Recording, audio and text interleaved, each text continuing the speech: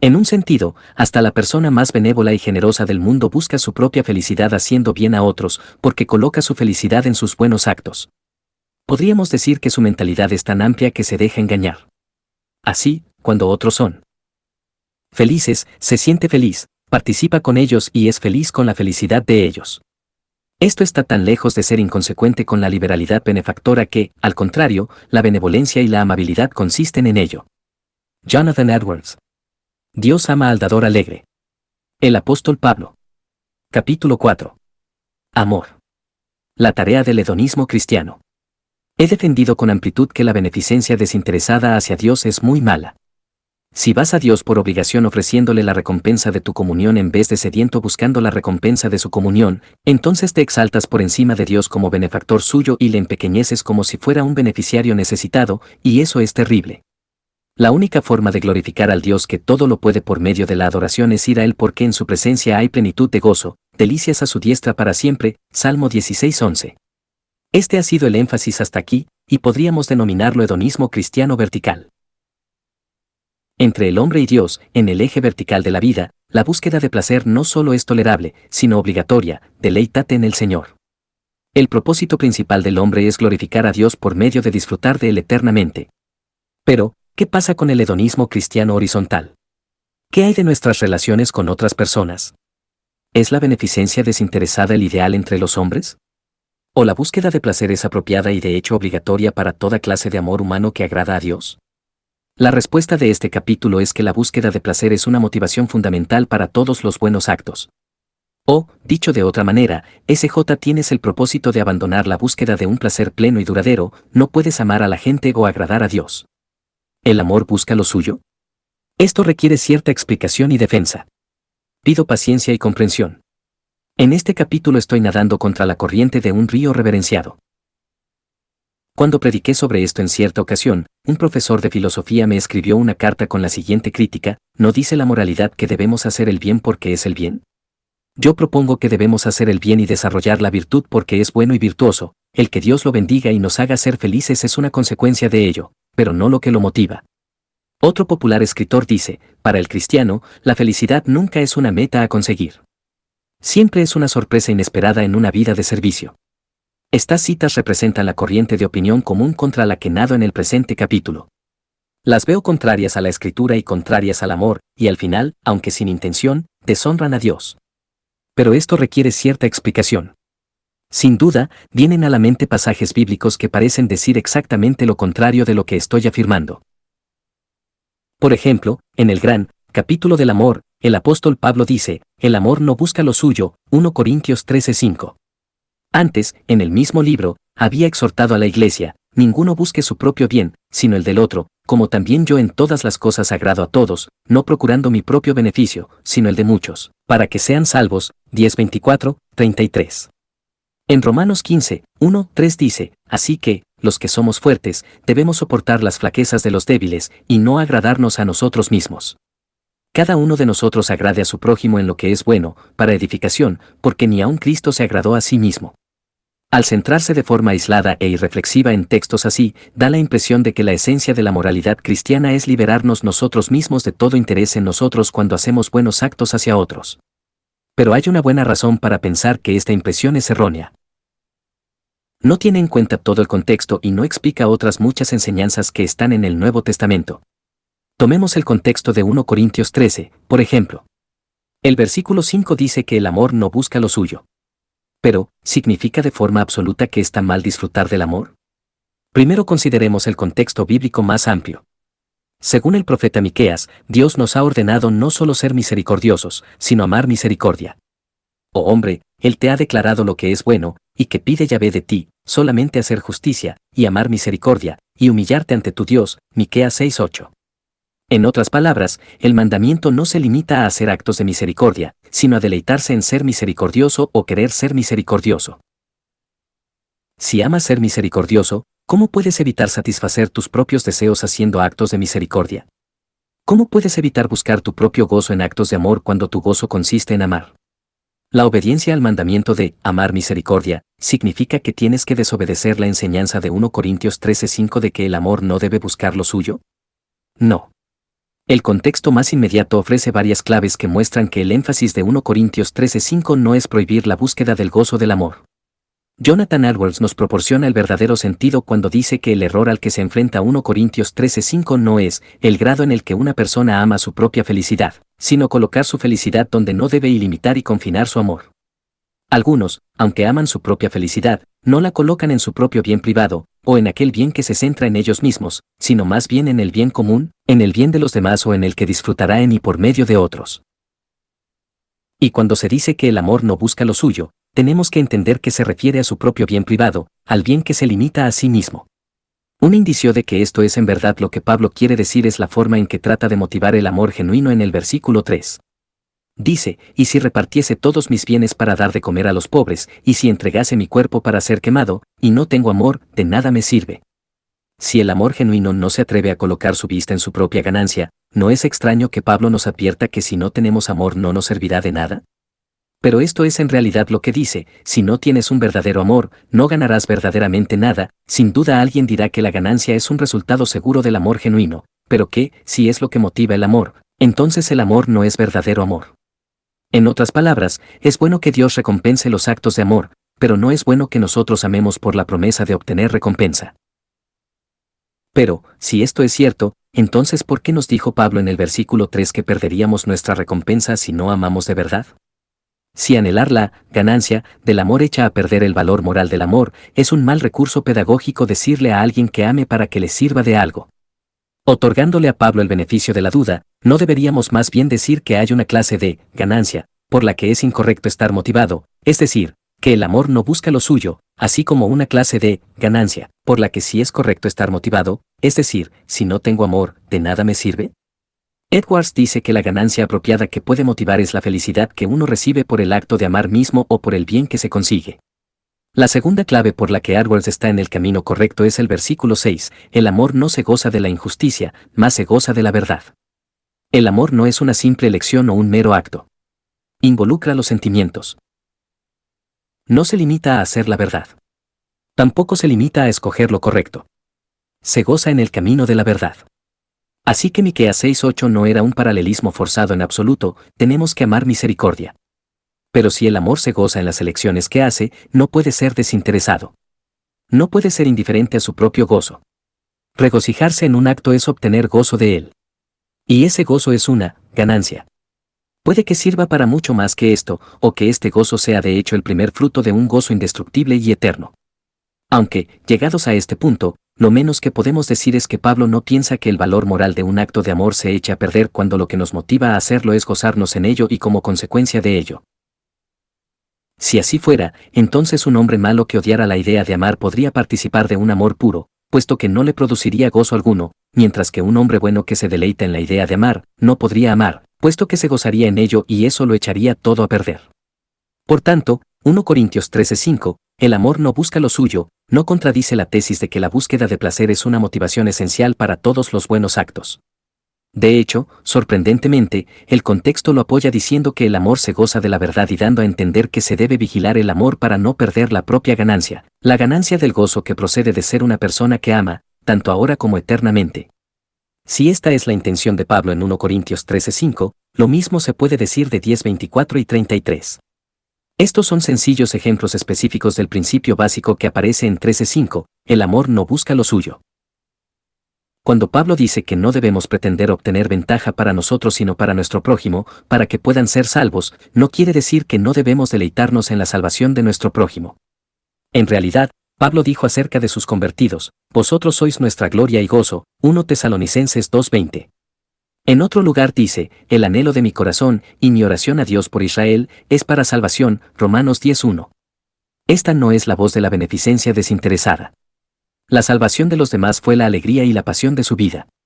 Cuando se negó a sí mismo comodidades con ese fin se comportó como un hedonista cristiano, no como un estoico obediente.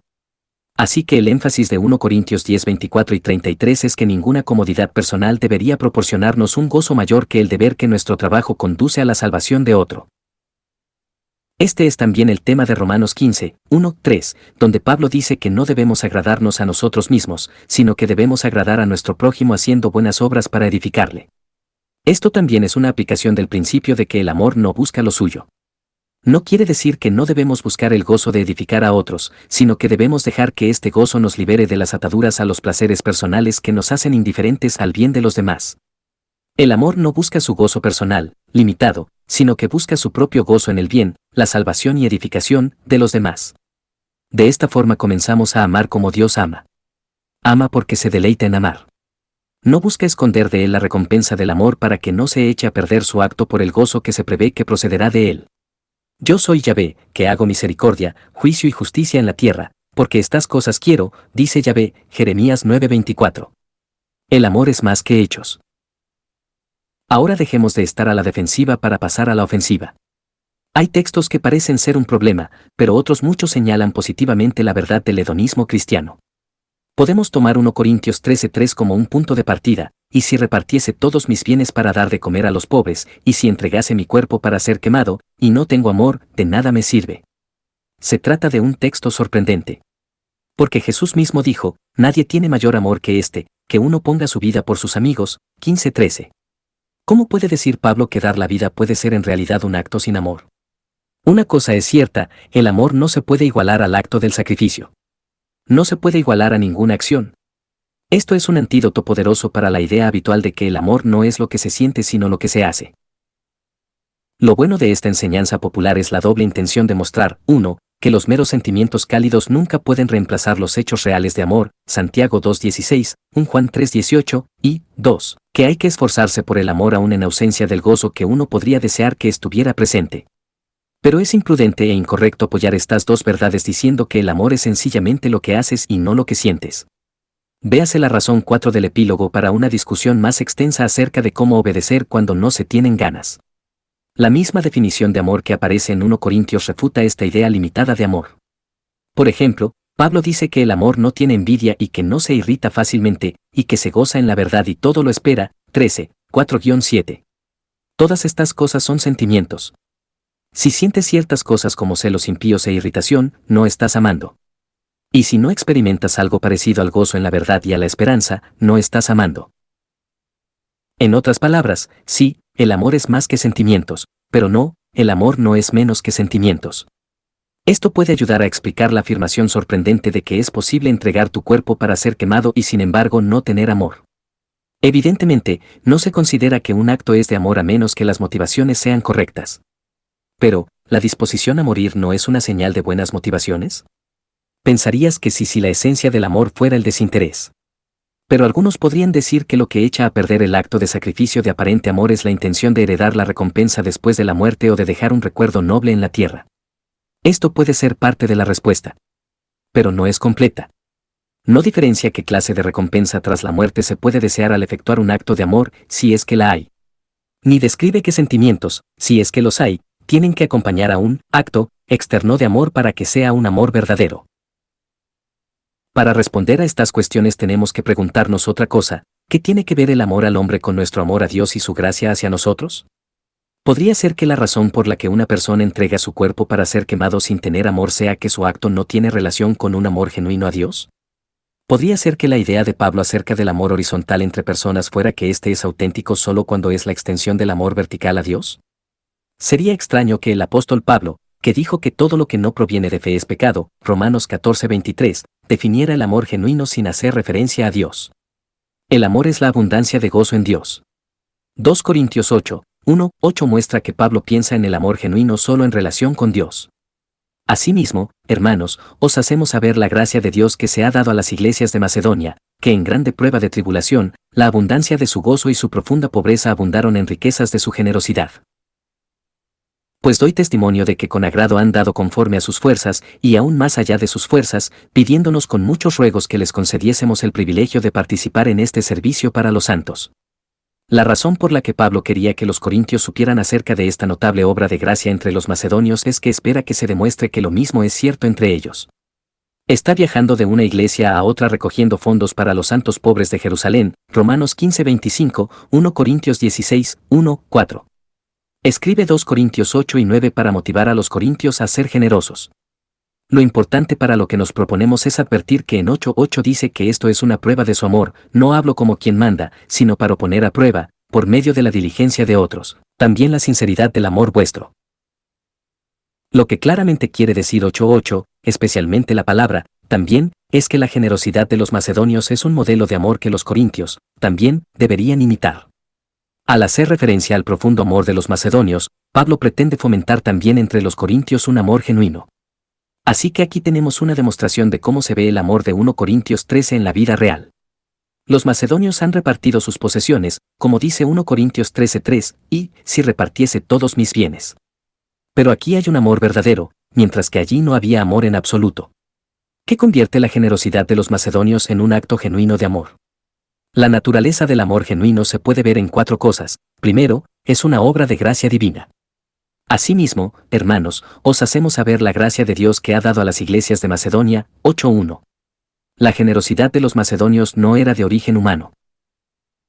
Aunque el versículo 3 dice que dieron conforme a sus fuerzas, la buena voluntad era un don de Dios, una obra de gracia. Puedes ver esta misma combinación de la gracia soberana de Dios que produce resultados en la buena voluntad del hombre en 8:16-17. Pero gracias a Dios que puso en el corazón de Tito la misma solicitud por vosotros. Pues a la verdad, por su propia voluntad partió para ir hacia vosotros. Dios lo puso en su corazón. Por tanto, va allí por su propia voluntad. La disposición es un don, una obra de la gracia divina. En segundo lugar, esta experiencia de la gracia de Dios llenó a los macedonios de gozo. En grande prueba de tribulación, la abundancia de su gozo y su profunda pobreza abundaron en riquezas de su generosidad, 8:2. Fijémonos en que su gozo no se debía al hecho de que Dios los hubiera prosperado financieramente. No lo había hecho. En su profunda pobreza tenían gozo. Así que su gozo era gozo en Dios, en la experiencia de su gracia. En tercer lugar, por la gracia de Dios abundaron en generosidad para hacer frente a las necesidades de los demás. La abundancia de gozo, abundaron en riquezas de su generosidad, 8:2. Por tanto, la generosidad expresada de forma horizontal hacia los hombres provenía de la abundancia de gozo por la gracia de Dios. En cuarto lugar, los macedonios pedían la oportunidad de sacrificar sus escasas posesiones para los santos de Jerusalén. Con agrado han dado conforme a sus fuerzas, y aún más allá de sus fuerzas, pidiéndonos con muchos ruegos que les concediésemos el privilegio de participar en este servicio para los santos, 8:3-4. En otras palabras, la forma en que abundaba su gozo en Dios era en el gozo de dar. Querían dar. Ese era su gozo. Ahora podemos ofrecer una definición de amor que tiene a Dios en cuenta y que también incluye los sentimientos que deben acompañar a los actos externos de amor. El amor es la abundancia de gozo en Dios que con alegría hace frente a las necesidades de los demás. Pablo no pone a los macedonios como modelo de amor solo porque se sacrificaron con el fin de hacer frente a las necesidades de los demás. Lo que más recalca es cómo amaban hacer esto, recordemos Miqueas 6:8. Era la abundancia de gozo. Pedían con muchos ruegos dar. Encontraban placer en ser canales de la gracia de Dios por medio de su pobreza para ayudar a hacer frente a la pobreza de Jerusalén. Es sencillamente asombroso. Por eso, una persona puede dar su cuerpo para ser quemado y no tener amor. El amor es la abundancia de gozo en Dios. No es obligación por amor a la obligación, ni justicia por amor a la justicia. No es una decisión de abandonar el bien propio con la sola idea del bien de la otra persona. Es primero una experiencia profundamente satisfactoria de la plenitud de la gracia de Dios y después una experiencia doblemente satisfactoria de compartir esa gracia con otra persona. Cuando los macedonios golpeados por la pobreza piden a Pablo el privilegio de dar dinero a otros santos que son pobres, podemos suponer que esto es lo que desean hacer, no solo lo que deben hacer o tienen que hacer, sino lo que verdaderamente anhelan. Es su gozo, una extensión de su gozo en Dios. Claro. Se están negando a sí mismos todos los placeres o comodidades que podrían conseguir con el dinero que reparten, pero el gozo de extender la gracia de Dios a otros es mucha mejor recompensa que cualquier otra cosa que el dinero pueda comprar. Los macedonios han descubierto la gran tarea del hedonista cristiano, el amor. Esta es la abundancia de gozo en Dios que con alegría hace frente a las necesidades de los demás. Más adelante, en 2 Corintios 9, 6-7, obtenemos la confirmación de que estamos en el camino correcto. Pablo continúa motivando a los corintios a ser generosos. Dice, el que siembra escasamente, también segará escasamente, y el que siembra generosamente, generosamente también segará. Cada uno de como propuso en su corazón, no con tristeza, ni por necesidad, porque Dios ama al dador alegre. Aprovecho esto para decir que a Dios no le agrada que las personas hagan obras de beneficencia si no las hacen contentos. Cuando las personas no encuentran placer, la palabra que Pablo utiliza es alegría, en sus actos de servicio, Dios no encuentra placer en ellos. Ama al dador alegre, al siervo alegre. ¿A qué clase de alegría se refiere? Seguramente, la mejor manera de responder a esta cuestión es recordar la clase de alegría que movió a los macedonios a ser generosos, la abundancia de gozo en la gracia de Dios. Por tanto, el dador al que Dios ama es aquel cuyo gozo en él abunda alegremente en generosidad hacia los demás. Quizás se vaya aclarando por qué parte de la tesis de este capítulo es que, si tratas de abandonar la búsqueda de tu plenitud y gozo eterno, no puedes amar a las personas o agradar a Dios. Si el amor es la abundancia de gozo en Dios que con alegría hace frente a las necesidades de los demás, entonces abandonar la búsqueda de este gozo es abandonar la búsqueda de amor. Y si a Dios le agradan los dadores alegres, entonces abandonar la búsqueda de este entusiasmo nos coloca en un camino donde Dios no encuentra deleite. Si nos da igual hacer buenas obras con alegría, nos da igual aquello que agrada a Dios. Porque Dios ama al dador alegre. Por tanto, es esencial que seamos hedonistas cristianos en el nivel horizontal, en nuestras relaciones con otras personas, y no solo en el vertical de nuestra relación con Dios. Si el amor es la abundancia de gozo en Dios que con alegría hace frente a las necesidades de los demás, y si Dios ama a los dadores alegres, entonces este gozo en dar es una obligación cristiana, y no esforzarse por conseguirlo es pecado. El amor se regocija en el gozo de los amados. Antes de dejar 2 Corintios, consideremos un pasaje más que rebosa de aplicaciones acerca de la naturaleza del amor. En 1:23 a 2:4, Pablo escribe acerca de la visita que no hizo y de una dolorosa carta que tenía que enviar. Explica lo que siente en el interior de su corazón en todo esto. Mas yo invoco a Dios por testigo sobre mi alma, que por ser indulgente con vosotros no he pasado todavía a Corinto. No que nos enseñoreemos de vuestra fe, sino que colaboramos para vuestro gozo, porque por la fe estáis firmes. Esto, pues, determiné para conmigo, no ir otra vez a vosotros con tristeza. Porque si yo os contristo, ¿quién será luego el que me alegre, sino aquel a quien yo contristé? Y esto mismo os escribí, para que cuando llegue no tenga tristeza de parte de aquellos de quienes me debiera gozar, confiando en vosotros todos que mi gozo es el de todos vosotros. Porque por la mucha tribulación y angustia del corazón os escribí con muchas lágrimas, no para que fueseis contristados, sino para que supieseis cuán grande es el amor que os tengo. Notemos que la búsqueda de Pablo de su gozo y su propia alegría se relaciona con el amor. En el versículo 2 nos da la razón por la que no hizo otra dolorosa visita a Corinto, porque si yo os contristo, ¿quién será luego el que me alegre, sino aquel a quien yo contristé? En otras palabras, la motivación de Pablo aquí es preservar su propio gozo. Dice en realidad, si destruyo vuestro gozo, entonces el mío también. ¿Por qué? Porque el gozo de ellos es precisamente lo que le proporciona gozo a él. Está claro en 1:24 que el gozo al que se refiere es el gozo de la fe. Es el gozo de conocer y descansar en la gracia de Dios, el mismo gozo que movió a los macedonios a ser generosos. 8:1-3. Cuando este gozo abunda en sus convertidos, Pablo siente el mismo gran gozo. Y sin avergonzarse les dice que la razón por la que no desea robarles el gozo de ellos es que esto le robaría a él el suyo. Así es como habla un hedonista cristiano.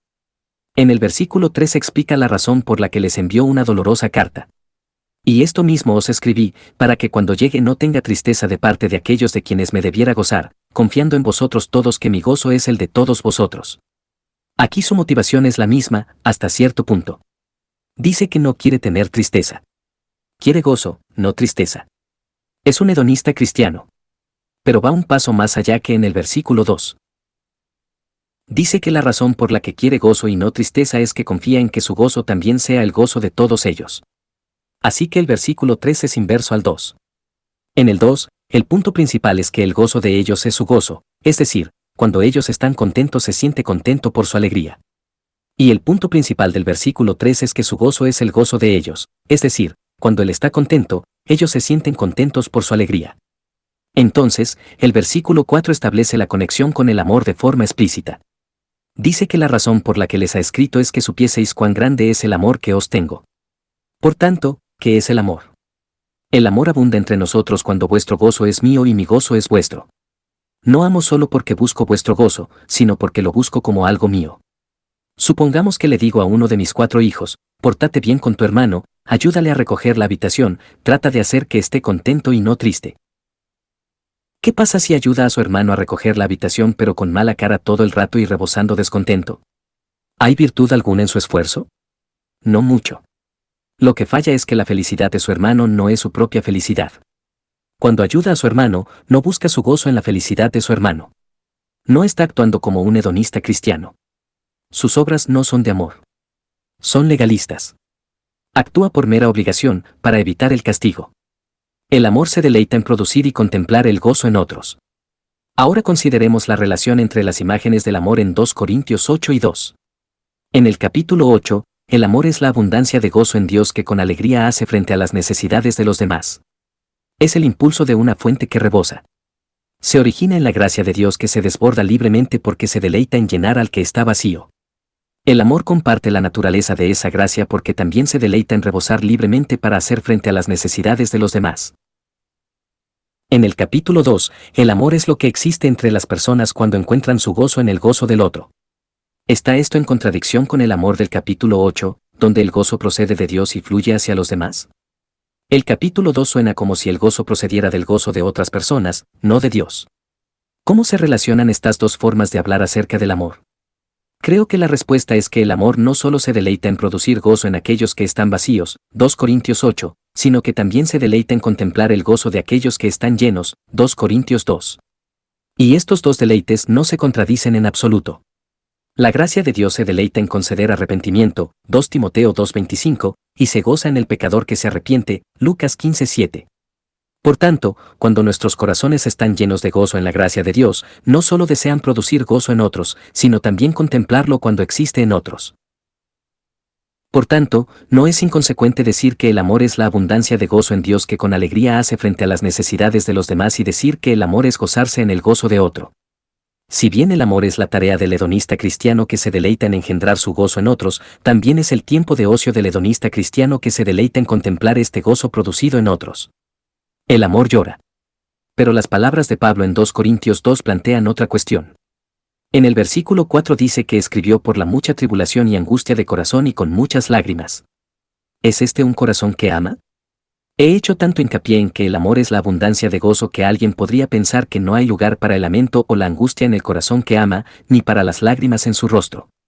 Eso sería un error. El contentamiento de un hedonista cristiano no es la serenidad de Buda, impasible ante los sufrimientos de otros. Es un contentamiento profundamente insatisfecho. Está constantemente hambriento y desea participar más del banquete de la gracia de Dios. Y aún la medida del contentamiento que Dios garantiza contiene un insaciable impulso a expandirse hacia otros, 2 Corintios 8:4, 1 Juan 1:4. El gozo cristiano se revela como contentamiento insatisfecho siempre que percibe la necesidad humana. Comienza a expandirse en amor para cubrir esa necesidad y conseguir el gozo de la fe en el corazón de la otra persona. Pero, puesto que a menudo hay un lapso de tiempo entre nuestra percepción de la necesidad de una persona y nuestro definitivo gozo en el gozo restaurado en ella, hay lugar para llorar en el intervalo. El llanto compasivo es un llanto de alegría contenida en la extensión de uno mismo a otro. El amor tiene en mente la recompensa del amor. Otra experiencia de llanto tiene lugar cuando Pablo deja ver su entrega al hedonismo cristiano. En Hechos 20 se reúne por última vez con los ancianos de la iglesia de Efeso. Hay muchas lágrimas y muchos abrazos cuando Pablo termina su discurso de despedida, 20:37. Pero estas lágrimas solo acentúan la intensidad del afecto que los ancianos tienen por alguien que les enseñó el gozo del ministerio. En el versículo 35 dice Pablo, en todo os he enseñado que, trabajando así, se debe ayudar a los necesitados y recordar las palabras del Señor Jesús, que dijo, más bienaventurado es dar que recibir. Lo último que Pablo dejó resonando en sus oídos en la playa de Mileto fue la carga ministerial del hedonismo cristiano, más bienaventurado es dar que recibir. La mayoría de las personas no sienten la fuerza hedonista de estas palabras porque no meditan en el significado de la palabra, recordar. Literalmente Pablo dice, en todo os he enseñado que, trabajando así, se debe ayudar a los necesitados y recordar las palabras del Señor Jesús, que dijo, más bienaventurado es dar que recibir. En otras palabras, Pablo dice que son necesarias dos cosas, 1, ayudar a los necesitados, y, 2, recordar que Jesús dijo que más bienaventurado es dar que recibir. ¿Por qué son necesarias ambas cosas? ¿Por qué no solo ayudar a los débiles? ¿Por qué tiene uno también que recordar que dar trae bendición? La mayoría de los cristianos hoy piensan que, aunque es cierto que dar trae bendición, no es cierto que la bendición vendrá como resultado de dar, sino que si tienes esto como motivación, eso echará a perder el valor moral de lo que das y te transformará en un mercenario. La palabra, recordar, en Hechos 20:35 es un gran obstáculo para esta opinión popular. ¿Por qué diría Pablo a los ancianos de la iglesia que tengan en mente los beneficios del ministerio si en realidad hacer esto convertiría a los ministros en mercenarios? La respuesta del hedonismo cristiano es que es necesario tener en mente las verdaderas recompensas del ministerio para que no se conviertan en mercenarios. C.S. Lewis ve esto claramente. No tenemos que preocuparnos cuando los que no son creyentes dicen que esta promesa de recompensa convierte la vida cristiana en un asunto mercenario. Hay diferentes clases de recompensa. Está la recompensa que no tiene conexión natural con las cosas que haces para conseguirla, y que es totalmente ajena a los deseos que deberían acompañar a aquellas cosas. El dinero no es la recompensa natural del amor, y por eso consideramos mercenario a un hombre que se casa con una mujer por su dinero. Pero el matrimonio es la recompensa apropiada para un amor verdadero, y uno no es mercenario por desearlo. Un general que lucha bien para conseguir un título de nobleza es un mercenario, un general que lucha por la victoria no lo es, siendo la victoria la recompensa apropiada de la batalla como el matrimonio es la recompensa apropiada del amor. Las recompensas apropiadas no son simplemente cosas que se añaden a la actividad por la cual son dadas, sino que son la actividad misma consumada. No veo cómo alguien puede respetar la palabra, recordar, en Hechos 20:35 y todavía pensar que está mal buscar la recompensa del gozo en el ministerio. Al contrario, Pablo piensa que es necesario mantener el gozo firmemente ante nosotros. Esta es la última cosa y quizá la más importante que tiene que decir a los ancianos efesios antes de partir. Recordad, más bienaventurado es dar que recibir. El amor disfruta del ministerio. Tampoco es Pablo el único apóstol que aconsejó a los ancianos recordar y buscar la bendición del ministerio. En 1 Pedro 5, 1, 2 escribe Pedro, ruego a los ancianos que están entre vosotros, yo anciano también con ellos, apacentad la grey de Dios que está entre vosotros, cuidando de ella, no por fuerza, sino voluntariamente, no por ganancia deshonesta, sino con ánimo pronto. En otras palabras, Dios ama al pastor alegre. Notemos lo hedonistas que son estas amonestaciones. Pedro no amonesta a los pastores para que cumplan simplemente con su obligación, pase lo que pase. La perseverancia a través de los tiempos duros es buena. Es esencial. Pero no es todo lo que ordena a los pastores. Se nos ordena que disfrutemos de nuestro trabajo. Pedro condena dos motivaciones. Una es el sentido de obligación.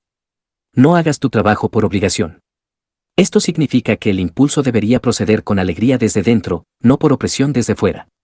La presión de los padres, las expectativas de la congregación, el temor al fracaso o a la censura divina, no son buenas motivaciones para estar en el ministerio pastoral. Hay que tener buenas motivaciones para permanecer en el ministerio pastoral. Tiene que haber una voluntad interior. Debemos querer llevar a cabo el ministerio. Eso debería ser nuestro gozo. El gozo en el ministerio es una obligación, una carga ligera y un yugo fácil. La otra motivación que condena Pedro es el deseo de dinero, no por ganancia deshonesta, sino con ánimo pronto. Si la motivación es el dinero, vuestro gozo no procede del ministerio, sino de aquello que podéis comprar con vuestro salario. Eso es lo que Lewis considera ser un mercenario. El ansia de ministerio no debería producirla la recompensa extrínseca del dinero, sino la recompensa intrínseca de ver la gracia de Dios fluir a través de ti hacia otros. Juan nos da un buen ejemplo de este gozo en 3 Juan 4, no tengo yo mayor gozo que este, el oír que mis hijos andan en la verdad. Cuando esta clase de recompensa crea, ansia, gozosa de ministerio, Cristo es honrado, puesto que Él es la verdad, que nuestro pueblo sigue, y ellos son amados, puesto que no pueden recibir mayor beneficio que la gracia para seguir a Cristo. Por tanto, el mandamiento del apóstol Pedro es buscar gozo en el ministerio. No es opcional. No es un mero resultado inesperado. Es una obligación. Decir que eres indiferente a lo que el apóstol te ordena experimentar es ser indiferente a la voluntad de Dios. Y eso es pecado. Phillips Brooks, que fue pastor episcopal en Boston hace 100 años, captó el espíritu del consejo de Pedro a los pastores. Una vez más, creo que es esencial para el éxito del predicador que disfrute a fondo de lo que hace. Quiero decir en el momento de hacerlo, y no solo al pensar en ello. Ningún hombre para quien los detalles de su tarea resultan repulsivos puede llevarla a cabo bien constantemente, por mucha plenitud que ésta pueda otorgar a su espíritu. Puede que haga algo con mucha energía y que lo soporte a pesar de que no le guste, pero no podrá continuar trabajando año tras año, día tras día. Así que, tanto si lo consideras un placer perfectamente legítimo o un elemento esencial de tu fuerza, si puedes experimentar un sencillo deleite en lo que tienes que hacer como ministro, en lo apasionante que es escribir, en un sentimiento de profundo placer al hablar, en estar delante de la audiencia y causarles impresión, en el contacto con los jóvenes, cuanto más plenamente lo disfrutes, mejor lo harás todo. Todo esto es cierto en cuanto a la predicación. El mayor gozo es lo mucho que ambiciona, la glorificación del Señor y la salvación de las almas de los hombres. Ningún otro gozo en la tierra es comparable con este. El ministro que lo hace no siente que el gozo está muerto, sino que detrás de ese gran gozo, latiendo en humilde unísono con él, como el cuerpo saludable que se emociona lleno de simpatía con los profundos pensamientos y puros deseos de la mente y el alma, los mejores ministros siempre han sido conscientes de otro placer que pertenecía al hecho mismo de llevar a cabo la obra. Cuando leemos las vidas de todos los predicadores más eficientes del pasado, o cuando nos encontramos a los hombres que son poderosos predicadores de la palabra hoy, sentimos como cierta y profundamente el mismo ejercicio de su ministerio les deleita. Al amor no se le agrada fácilmente. Por tanto, no podemos decir que el obstáculo para amar a otras personas, tanto a través del ministerio pastoral o por cualquier otra vía de la vida, es el mismo que el obstáculo para la adoración que descubrimos en el capítulo 3. El obstáculo que nos retrae de obedecer el primer mandamiento, vertical, es el mismo que nos retrae de obedecer el segundo mandamiento, horizontal. No es que todos tratemos de agradarnos a nosotros mismos, sino que a todos se nos agrada demasiado fácilmente. No creemos a Jesús cuando dice que hay más bendición, más gozo, mayor placer duradero en una vida entregada a ayudar a otros que en una vida entregada a nuestra comodidad material. Y por tanto, el mismo anhelo de contentamiento que debería conducirnos a la sencillez de vida y a realizar obras de amor, hace que nos contentemos en cambio con las cisternas rotas de la prosperidad y el confort. El mensaje que hay que gritar desde las altas firmas financieras es el siguiente: hombre secular, no eres lo suficientemente hedonista. No os hagáis tesoros en la tierra, donde la polilla y el orín corrompen, y donde ladrones minan y hurtan, sino haceos tesoros en el cielo, donde ni la polilla ni el orín corrompen, y donde ladrones no minan ni hurtan. Mateo 6, 19-20. Deja de contentarte con el pequeño rédito de placer del 5% que consume la polilla de la inflación y el orín de la muerte. Invierte en las fianzas fiables, en la alta productividad divinamente asegurada del cielo. Una vida entregada a las comodidades materiales y a las emociones es como tirar el dinero. Pero una vida invertida en obras de amor produce dividendos de gozo sin par e interminables. Vended lo que poseéis, y dad limosna, haceos bolsas que no se envejezcan, tesoro en los cielos que no se agote, donde ladrón no llega, ni polilla destruye. Lucas 12:33. Este mensaje incluye muy buenas noticias: ven a Cristo, en cuya presencia hay plenitud de gozo y delicias para siempre. Únete a nosotros en la labor del hedonista cristiano. Porque el Señor ha hablado, trae más bendición amar que vivir con lujuria. El amor sufre por el gozo. Amar es costoso. Siempre implica alguna clase de negación de uno mismo. A menudo exige sufrimiento. Pero el hedonismo cristiano insiste en que la ganancia tiene mayor peso que el dolor. Afirma que hay clases de gozo extrañas y maravillosas que solo florecen en la atmósfera lluviosa del sufrimiento. En el alma no habría arco iris si en los ojos no hubiera lágrimas. El costoso gozo del amor se ilustra en repetidas ocasiones en Hebreos 10-12. Consideremos 3 ejemplos. Hebreos 10, 32-35.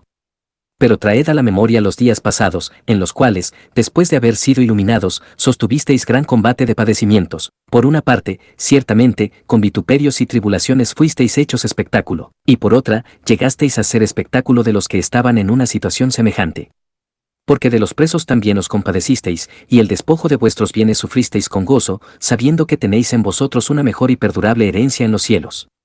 No perdáis, pues, vuestra confianza, que tiene grande galardón.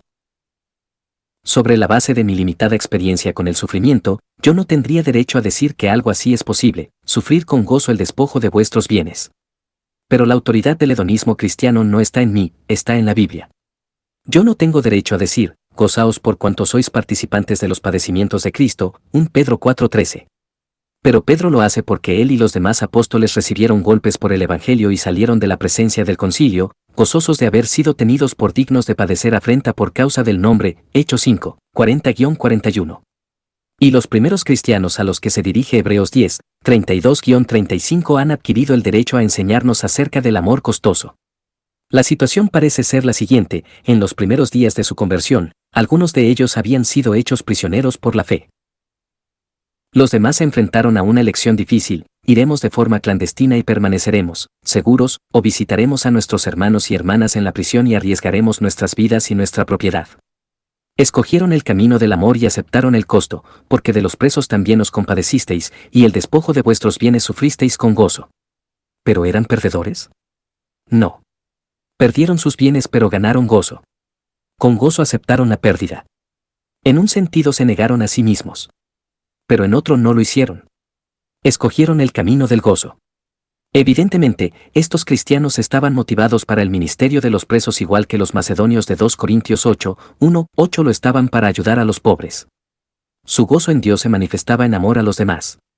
Miraron sus propias vidas y dijeron, mejor es tu misericordia que la vida, Salmo 63, 3. Miraron todas sus posesiones y dijeron, tenemos una herencia en los cielos perdurable y mejor que cualquiera de estas cosas, versículo 34. Entonces se miraron los unos a los otros y dijeron, nos pueden despojar de bienes, nombre, hogar, el cuerpo destruir, mas siempre ha de existir de Dios el reino eterno. Martín Lutero. Con gozo renunciaron a todo lo que poseían, Lucas 14:33, y siguieron a Cristo yendo a la prisión a visitar a sus hermanos y hermanas. El amor es la abundancia de gozo en Dios que hace frente a las necesidades de los demás. Hebreos 11, 24-26. Para subrayar lo que quiere, el autor de Hebreos pone a Moisés como ejemplo de esta clase de hedonismo cristiano. Fijémonos en lo parecida que es su motivación a la de los primeros cristianos del capítulo 10. Por la fe Moisés, hecho ya grande, rehusó llamarse hijo de la hija de Faraón, escogiendo antes ser maltratado con el pueblo de Dios, que gozar de los deleites temporales del pecado, teniendo por mayores riquezas el vituperio de Cristo que los tesoros de los egipcios, porque tenía puesta la mirada en el galardón. En 10:34, el autor manifestaba que el deseo de los cristianos de una herencia mejor y más duradera produjo un amor gozoso que les costó sus bienes. Aquí, en el capítulo 11, Moisés es un héroe para la iglesia, porque su deleite en la recompensa prometida se manifestó con tal gozo que consideró basura los placeres de Egipto en comparación, y quedó ligado para siempre al pueblo de Dios en amor. No hay nada aquí acerca de la negación esencial de uno mismo. Se le dieron ojos para ver que los placeres de Egipto eran temporales, no eternos. Pudo ver que los sufrimientos por causa del Mesías eran una mayor riqueza que los tesoros de los egipcios. Al considerar estas cosas, se vio impulsado a entregarse a la tarea del hedonista cristiano, el amor. Y dedicó el resto de sus días a canalizar la gracia de Dios hacia el pueblo de Israel. Su gozo en Dios se manifestó en una vida de servicio a un pueblo recalcitrante y necesitado. Escogió el camino del mayor gozo, no el camino de los placeres temporales, Hebreos 12, 1, 2. Anteriormente planteamos la cuestión de si el ejemplo de Jesús contradice el principio del hedonismo cristiano, es decir, de que el amor es la forma que toma el gozo y que uno debería escogerlo por esa misma razón, para no encontrarse obedeciendo de mala gana al Todopoderoso, irritándose a pesar del privilegio de ser un canal de gracia o concediendo poca importancia a la recompensa prometida. Hebreos 12:2 parece decir bastante claramente que Jesús no contradijo este principio. Por tanto, nosotros también, teniendo en derredor nuestro tan grande nube de testigos, despojémonos de todo peso y del pecado que nos asedia, y corramos con paciencia la carrera que tenemos por delante, puestos los ojos en Jesús, el autor y consumador de la fe, el cual por el gozo puesto delante de él sufrió la cruz, menospreciando el oprobio, y se sentó a la diestra del trono de Dios. La mayor muestra de amor de todos los tiempos fue posible porque Jesús persiguió el mayor gozo imaginable, es decir, el gozo de ser exaltado a la diestra de Dios en la asamblea de un pueblo redimido. Por el gozo puesto delante de él sufrió la cruz. Tiempo atrás, en 1978, estaba tratando de explicar algunas de estas cosas en una clase de la universidad. Como de costumbre encontré que algunos eran bastante escépticos. Uno de los más atentos me escribió una carta para expresar su desacuerdo. Puesto que se trata de una de las objeciones más serias planteadas contra el hedonismo cristiano, creo que será de ayuda para otros imprimir aquí la carta de Ron y mi respuesta, Dr. Piper. Estoy en desacuerdo con su postura de que el amor pretende, o es motivado por, la búsqueda de placer para uno mismo. Opino que todos sus ejemplos son ciertos, usted ha citado muchos casos en los que el gozo personal se incrementa e incluso puede ser la motivación para que una persona ame a Dios o a otro ser humano. Pero no puede establecer una doctrina sobre el hecho de que haya cierta evidencia que la apoye, a menos que pueda demostrar que no existe evidencia que la contradice. Dos ejemplos de este segundo caso, imagínese en Getsemaní con Cristo. Está a punto de llevar a cabo el acto supremo de amor de toda la historia. Acercándose a él, usted decide poner a prueba su postura sobre el hedonismo cristiano. ¿No debería este amor supremo proporcionar un gran placer, un gozo abundante?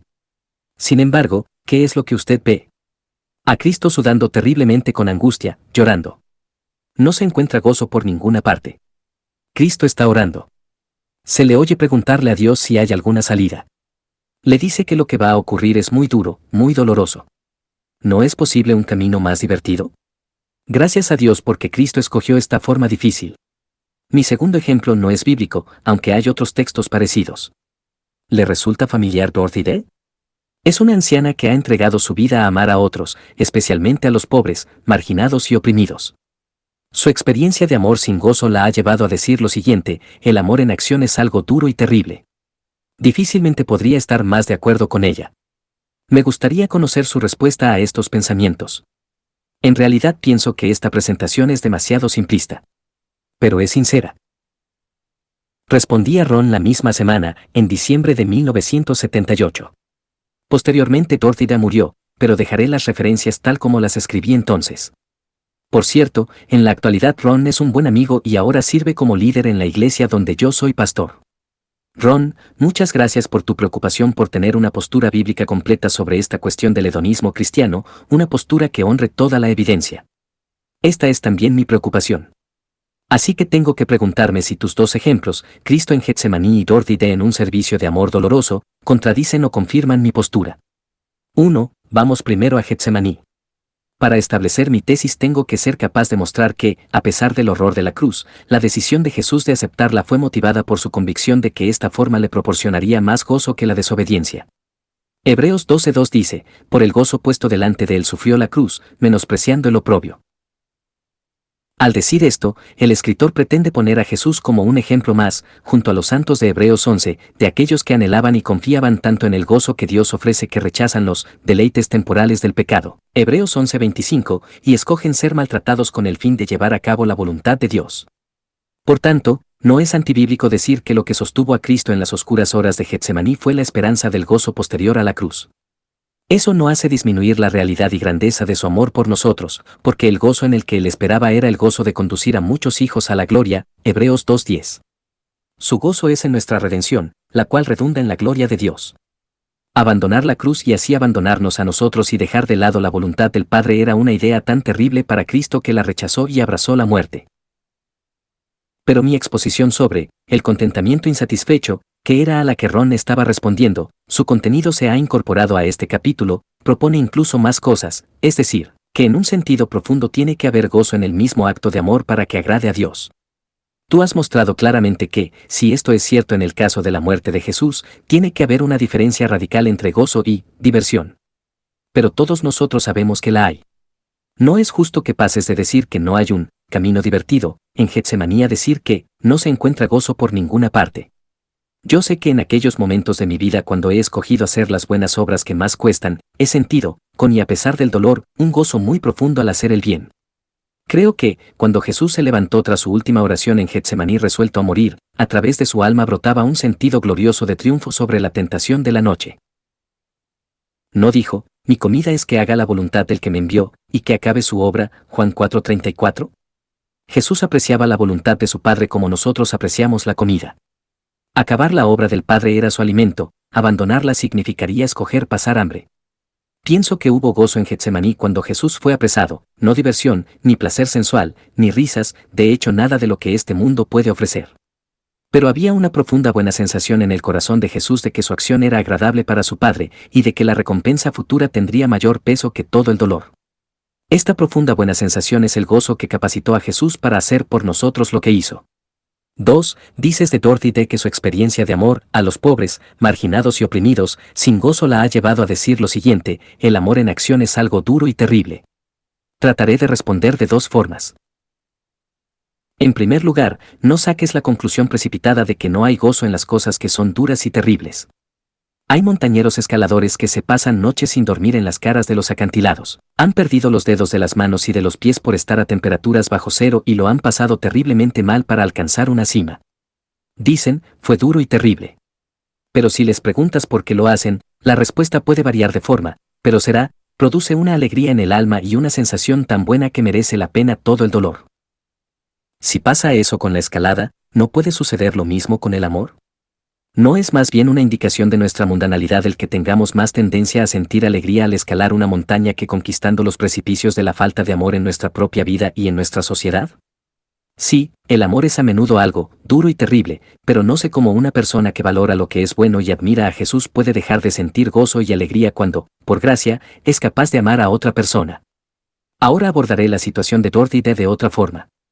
Supongamos que yo soy uno de los pobres a los que ella está tratando de ayudar a costa de sí misma. Creo que una conversación podría ser como sigue: Piper, ¿por qué hace esto por mí, señora Day?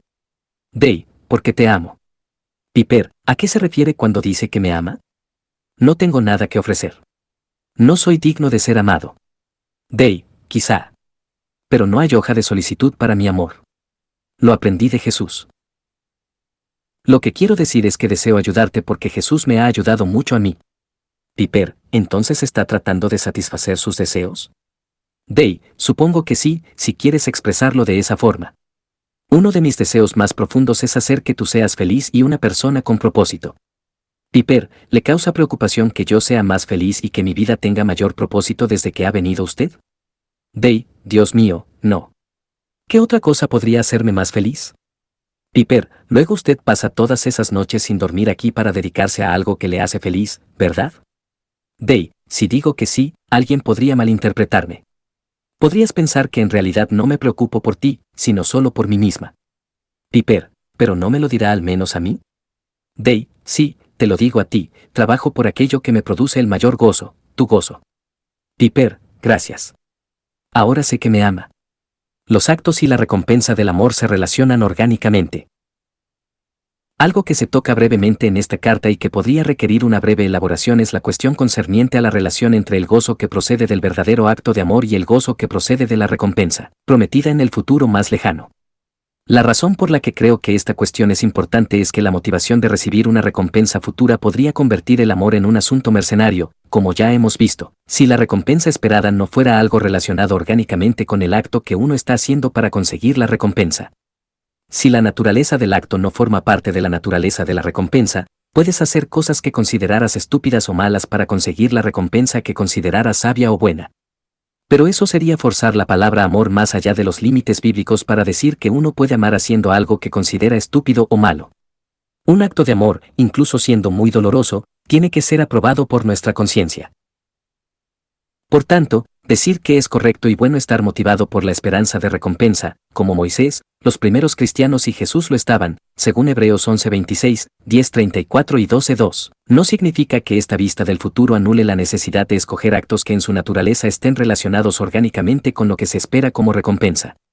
A lo que me refiero al decir relacionado orgánicamente es esto: cualquier acto de amor que escojamos con el fin de conseguir una recompensa santa tiene que impulsarnos porque vemos en ese acto los rastros morales de esa recompensa prometida. O, dicho de otra forma, la única recompensa adecuada para un acto de amor es la experiencia de la gloria divina cuya dimensión moral es la que hizo que el acto escogido resultara atractivo. La recompensa a la que miramos como hedonistas cristianos cuando hacemos todo el bien que se nos ordena hacer se nos describe en Romanos 8:29, porque a los que antes conoció, también los predestinó para que fuesen hechos conformes a la imagen de su Hijo, para que Él sea el primogénito entre muchos hermanos. Existen dos metas de nuestra predestinación que se mencionan aquí, una es subrayar nuestra gloria y otra es subrayar la de Cristo. La primera meta de nuestra predestinación es ser como Cristo. Esto incluye los nuevos cuerpos resucitados gloriosos como el suyo, Filipenses 3:21, 1 Corintios 15:49. Pero lo más importante es que incluye cualidades espirituales y morales y capacidades como las de Cristo, 1 Juan 3, 2-3. La segunda y más definitiva meta de nuestra predestinación es que Cristo sea el primogénito entre muchos hermanos. En otras palabras, Dios tiene el propósito de rodear a su Hijo de imágenes vivas de sí mismo, de manera que la excelencia preeminente del original brille con mayor fulgor en sus imágenes. La meta de la predestinación es, 1, nuestro deleite al ser santos como Él es santo y, 2, su deleite al ser exaltado de forma preeminente sobre todas las demás cosas en medio de un pueblo transformado y glorioso. Pero si la recompensa que anhelamos es contemplar y ser como el preeminente Cristo, entonces es una contradicción que las acciones que escojan no sean moralmente consecuentes con el carácter de Cristo. Si verdaderamente estamos siendo atraídos por la recompensa de ser hechos santos como Él es santo, seremos atraídos a aquellos actos que forman parte de su santidad. Si nos deleitamos en la esperanza de conocer a Cristo como somos conocidos, nos deleitaremos en la clase de actos y actitudes que reflejan su carácter moral. Por tanto, en el verdadero hedonismo cristiano existe una relación orgánica entre el amor que Cristo ordena y la recompensa que promete. Nunca es un interés mercenario por el que hacemos lo que despreciamos con el fin de conseguir aquello que nos gusta. Jesús ilustra esta conexión entre el acto y la recompensa en Lucas 6:35, amad, pues, a vuestros enemigos, y haced bien, y prestad, no esperando de ello nada, y será vuestro galardón grande, y seréis hijos del Altísimo, porque Él es benigno para con los ingratos y malos. Incluso aunque no deberíamos preocuparnos por la recompensa humana, no esperando de ello nada, el mismo Señor nos proporciona un incentivo para amar prometiendo su recompensa, es decir, que seremos hijos del Santísimo. Esta filiación implica semejanza, porque Él es benigno para con los ingratos. Así que el mandamiento y la recompensa vienen como una sola pieza de fábrica. El mandamiento es amar. La recompensa es llegar a ser como alguien que ama. Por tanto, es importante destacar por un lado que la recompensa que alcanza un hedonista cristiano es el incomparable deleite de ser como Dios y amar lo que Él ama con una intensidad cercana a la suya. Juan 17:26. Y es importante destacar por otro lado que los actos de amor que un hedonista cristiano lleva a cabo son en sí mismos no obstante preciosos en gran medida, porque llevan el aroma de su recompensa final. Este, como vimos, era también el énfasis de C.S. Lewis cuando hablaba de las recompensas adecuadas para una actividad que son la consumación de la actividad misma. El amor anhela el poder de la gracia. Falta una última cuestión en el presente capítulo. He definido el amor como la abundancia de gozo en Dios que con alegría hace frente a las necesidades de los demás. Será de ayuda práctica, en conclusión, preguntar cómo esta realidad obra en la experiencia. ¿Cuál es el proceso psicológico que hace pasar del gozo en Dios al actual acto de amor? Comencemos con un milagro, es decir, que yo, un pecador, deba deleitarme en Dios. No solo en sus recompensas materiales, sino en Él, en todas sus múltiples excelencias. Esta experiencia de conversión, como ya vimos, es la creación de un hedonista cristiano. Ahora, ¿cómo surge este amor práctico de este corazón lleno de gozo en Dios? Cuando el objeto de nuestro deleite es la belleza moral, el anhelo de contemplarla es inseparable del anhelo de ser. Cuando el Espíritu Santo despierta el corazón de una persona para que se deleite en la santidad de Dios, nace un deseo insaciable no solo de contemplar esa santidad sino también de ser santo como Dios es santo. Nuestro gozo es incompleto si solo podemos quedarnos fuera contemplando la gloria de Dios pero no se nos permite compartirla. Para un niño, una cosa es animar a su equipo de fútbol desde la tribuna. Pero su gozo es completo si puede ir a casa y reunir un equipo para jugar de verdad. No queremos limitarnos a ver la gracia de Dios en toda su belleza, salvando a los pecadores y santificando a los santos. Deseamos compartir el poder de esa gracia. Deseamos experimentarla salvando. Queremos experimentarla conquistando la tentación en nuestras vidas. Queremos experimentarla usándonos a nosotros para salvar a otros. ¿Pero por qué? Porque nuestro gozo en Dios es insaciablemente codicioso. Cuanto más tienes, más quieres. Cuanto más ves, más deseas ver, cuanto más experimentas, más deseas experimentar. Esto quiere decir que el gran anhelo de gozo en Dios que desea ver y experimentar más y más manifestaciones de su gloria empujará a una persona a amar. Mi deseo de experimentar el poder de la gracia de Dios conquistando el orgullo y el egoísmo en mi vida me inclina a un comportamiento que demuestra la victoria de la gracia, es decir, el amor.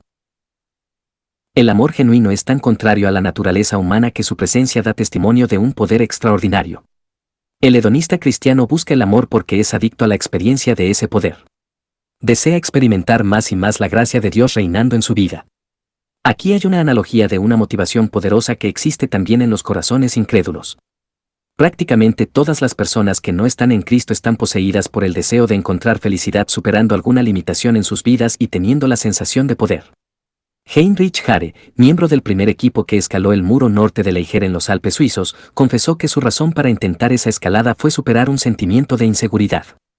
La confianza en uno mismo, dijo, es el don más valioso que un hombre puede poseer, pero para poseer esta verdadera confianza es necesario haber aprendido a conocerse a uno mismo en momentos cuando uno está en el verdadero límite de las cosas. En el Spider, en la cara norte de Eiger, experimenté esas situaciones límite, cuando las avalanchas rugían sobre nosotros sin fin. La diferencia sumamente importante entre el que no es cristiano y el hedonista cristiano en esta búsqueda de felicidad es que el hedonista cristiano ha descubierto que la confianza en uno mismo nunca satisfará el anhelo de su corazón de superar lo finito. Ha aprendido que para lo que verdaderamente estarnos hechos no es para la emoción de experimentar el incremento de nuestro propio poder, sino para experimentar el crecimiento del poder de Dios conquistando los precipicios de la falta de amor en nuestros corazones pecadores. Como dije en la carta a mi amigo Ron, El que experimentemos más euforia cuando conquistamos una montaña externa de granito con nuestras propias fuerzas que cuando conquistamos la montaña interna del orgullo con la fuerza de Dios demuestra nuestra propia mundanalidad. El milagro del hedonismo cristiano es que superar los obstáculos para amar por la gracia de Dios se ha convertido en algo más atractivo que cualquier otra forma de confianza en uno mismo.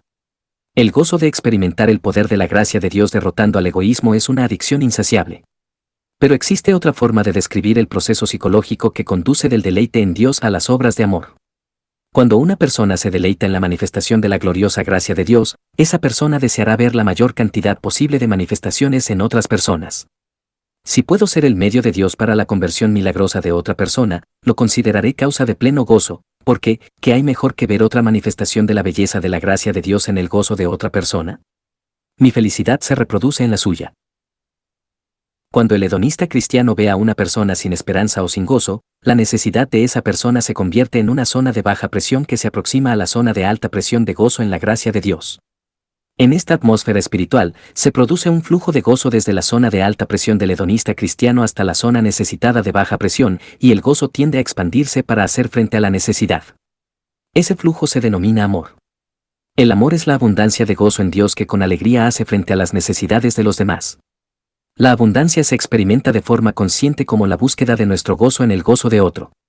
Duplicamos nuestro deleite en Dios cuando lo expandimos en las vidas de otros. Si nuestra meta última fuera solo el gozo en Dios, seríamos idólatras y no seríamos de ayuda eterna para nadie. Por tanto, la búsqueda de placer es una motivación esencial para toda buena obra. Y si abandonas la búsqueda de placer pleno y duradero, no puedes amar a la gente ni agradar a Dios.